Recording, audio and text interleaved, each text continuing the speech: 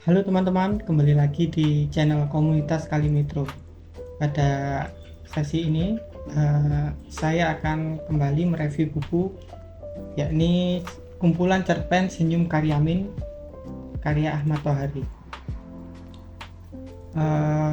Pertama-tama, mari kita kenali sedikit tentang Ahmad Tohari.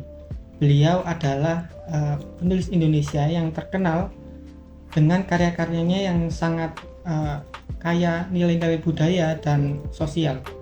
Ahmad Tohari lahir pada tanggal 13 Juni 1948 di Tinggarjaya, sebuah desa kecil di Jawa Tengah. Beliau tumbuh dibesarkan dalam lingkungan pedesaan yang kemudian menjadi inspirasinya dalam membuat karya-karya sastra tulisannya.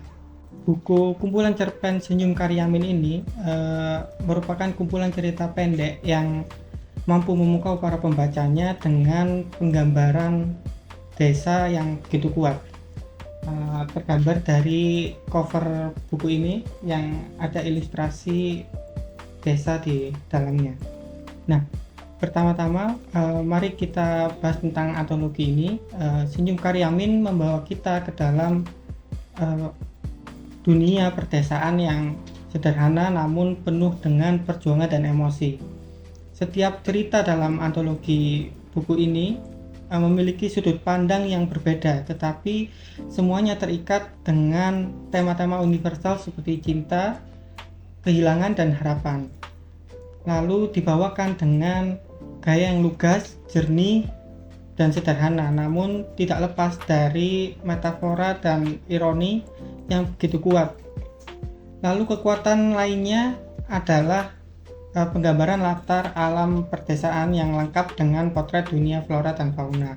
Cerpen Senyum Karyamin ini berisi 13 cerita yang sebenarnya berasal dari beberapa cerpen Ahmad Tohari yang pernah dimuat di media massa, kecuali cerpen Jasa-Jasa buat Sanwirya yang pernah dimuat dalam antologi Dari Jodoh Sampai Supiah.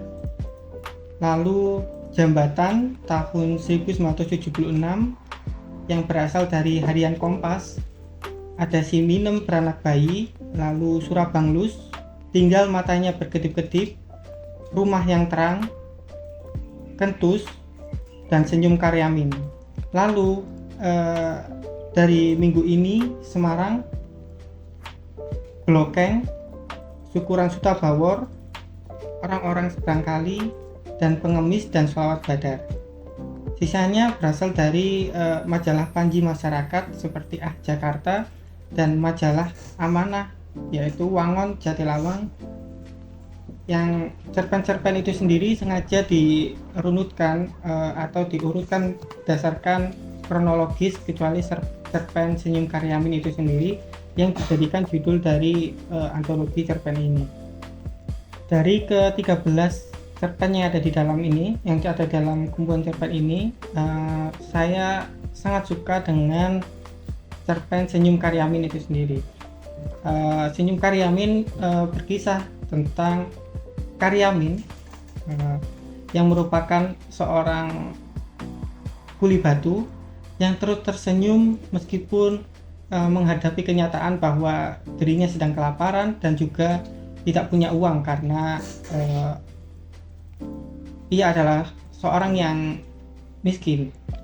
Dia terus tersenyum meskipun mendapat banyak hujatan atau mendapat banyak celotehan dari teman-temannya. Dan di akhir terdapat sebuah ironi yang dikisahkan di sini di Senyum Karyamin. Ia harus membayar uang penggalangan dana desa, dan di cerita ini tahu sendiri kalau Karyamin itu sedang tidak punya uang dan bahkan ia sendiri tidak ada uang untuk membeli makanan. Lalu cerpen berikutnya adalah Tinggal Matanya Berkedip-kedip yang mengisahkan seekor kerbau yang bernama Japon, lalu dan seorang penjinak kerbau yang bernama Muskepu. Di sini diceritakan banyak menceritakan tentang penyiksaan-penyiksaan terhadap Cepon dikarenakan Cepon atau si kerbau tidak mau membajak sawah milik si pemilik Cepon. Muskepu atau si penjinak kerbau ini sangat sangat memiliki ego yang tinggi. Nah, dia tidak mau kalau ia meninggalkan pekerjaannya dengan tangan kosong. Di sini Cepon setelah percobaan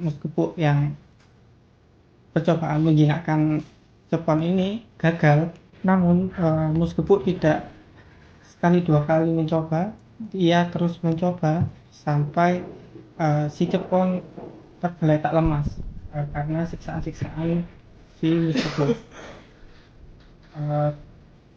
Di cerpen ini diceritakan, di cerpen Tinggal Matanya Kedip-kedip ini diceritakan kekerasan yang dialami Cepon. Nah, dan diakhiri ada pesan moral yang bisa diambil. Meskipun jadi tak berdaya justru setelah Cepon rubuh dan tak mau melawannya.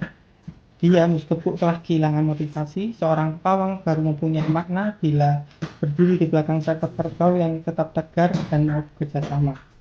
Di hadapan mata kerbau yang hanya bisa berkedip-kedip, meskipun kehilangan arti dan nilainya. Dia bukan apa-apa. Mungkin itu saja yang rekomendasi dari saya di dalam cerpen ini. Kumpulan antologi cerpen Senyum Karyamin ini selain alurnya yang menarik, saya juga harus menyebutkan bahwa gaya tulisan Ahmad Tohari sungguh memukau. Bahasa yang digunakan begitu mengalir dan juga indah sehingga kita merasa seolah-olah berada di latar penggambaran setiap cerita itu, yakni di desa, merasakan segala kehidupan dan keadaan yang ada. Buku Senyum Karyamin ini bukan hanya sekedar kumpulan cerita pendek, tetapi juga syarat dengan pesan dan makna tentang kehidupan. Ahmad Tohari mampu menyampaikan kritik sosial dan refleksi tentang keadaan masyarakat pedesaan dengan cara yang sangat menggugah hati. Sebagai kesimpulan, saya sangat merekomendasikan kepada semua pembaca, terutama kepada kalian yang suka bosan membaca satu cerita yang panjang, kalian harus membaca kumpulan cerpen ini. Jika Anda mencari antologi yang memukau dengan alur yang mendalam dan gaya tulisan yang indah, maka buku ini adalah pilihan yang tepat. Itu saja review buku pada sesi kali ini. Terima kasih, sampai jumpa.